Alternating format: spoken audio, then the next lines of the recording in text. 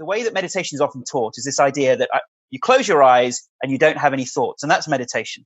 That couldn't be further from the truth. The purpose of meditation, certainly for someone who's beginning meditation, is not to silence the mind, but to change the identification in the mind. And if I may, if we can just do a short exercise, I can demonstrate this very clearly, because otherwise we're talking very theoretically. Yeah, let's do it. So if I can ask all our listeners now just to simply close our eyes.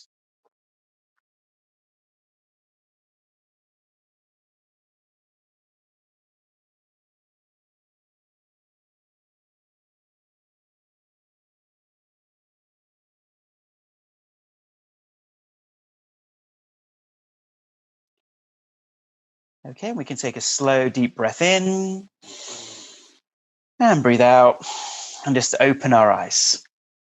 Now, I wonder what we noticed during that moment that we had our eyes closed.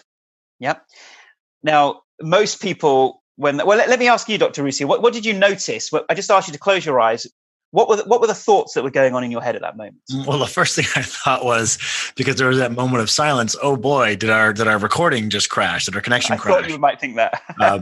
And then I thought, well, everyone else is probably thinking that same thing. And then I thought, hopefully Ashok says something here soon to let us know that the recording didn't just go south on us.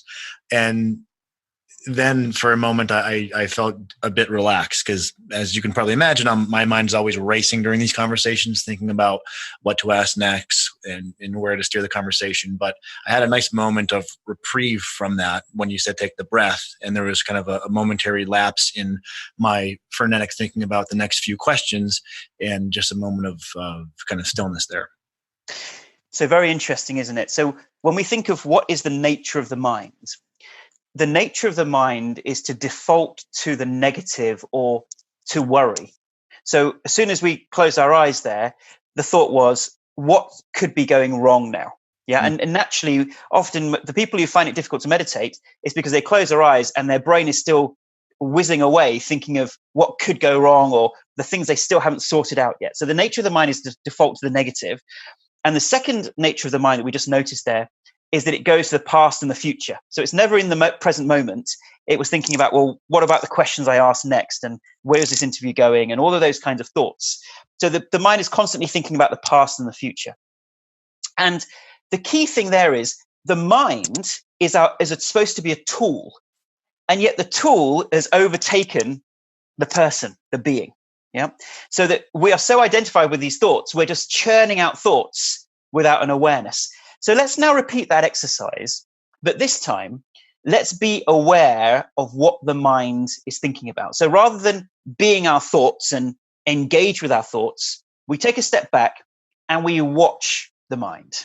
It's called like a thought parade. We imagine the thoughts are just around us and we're watching them. Right. So let's just close our eyes again. Let's take a slow, deep breath in.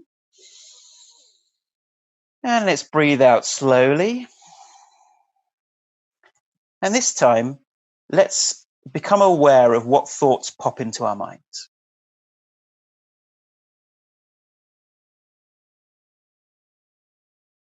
And notice them without judgment.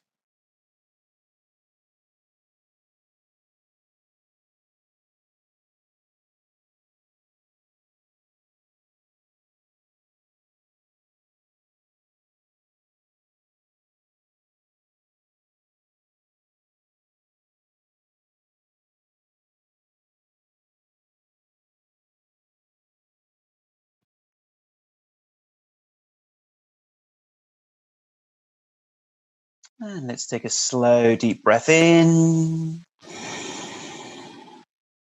And breathe out slowly with a smile.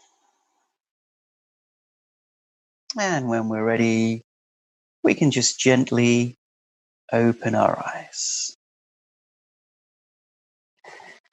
Okay, good.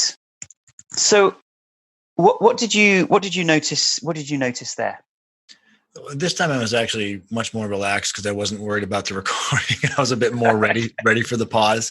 And I think this is maybe where the past 6 months of my somewhat diligent meditation is paying off, because I was able to drop into this relaxed state really with only one or two thoughts that entire time, which, depending on how quick your mind goes, one or two thoughts in that time gap, I think is actually pretty darn still.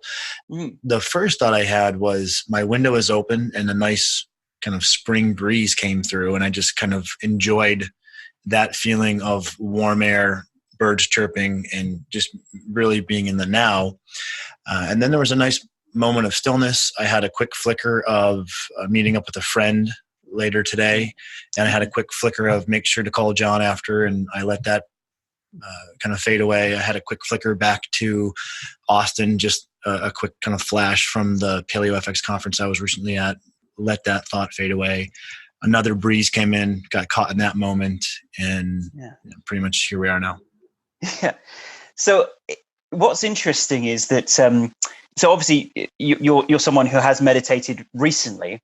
Now, most people who perhaps aren't regular meditators or are coming to it for the first time, when I ask them to do this exercise, what they notice is that because they've now been asked to watch their thoughts without judgment, it's been a completely new experience to jump into the witness state. So normally we're engrossed in our minds, but to step away from our minds and to observe our minds, they find that they have temporarily less thoughts, because now it's like when you see an insect crawling across the ground, like a spider. As soon as you put the light on and watch it, it suddenly stops and pauses because now it knows it's being watched. And in the same way, when we take that witness position, we may still have many thoughts happening, but the difference is we are no longer identified with those thoughts, and we are simply observing them and thinking, oh, how interesting that my mind is thinking about this. Ah, there goes my mind thinking about this.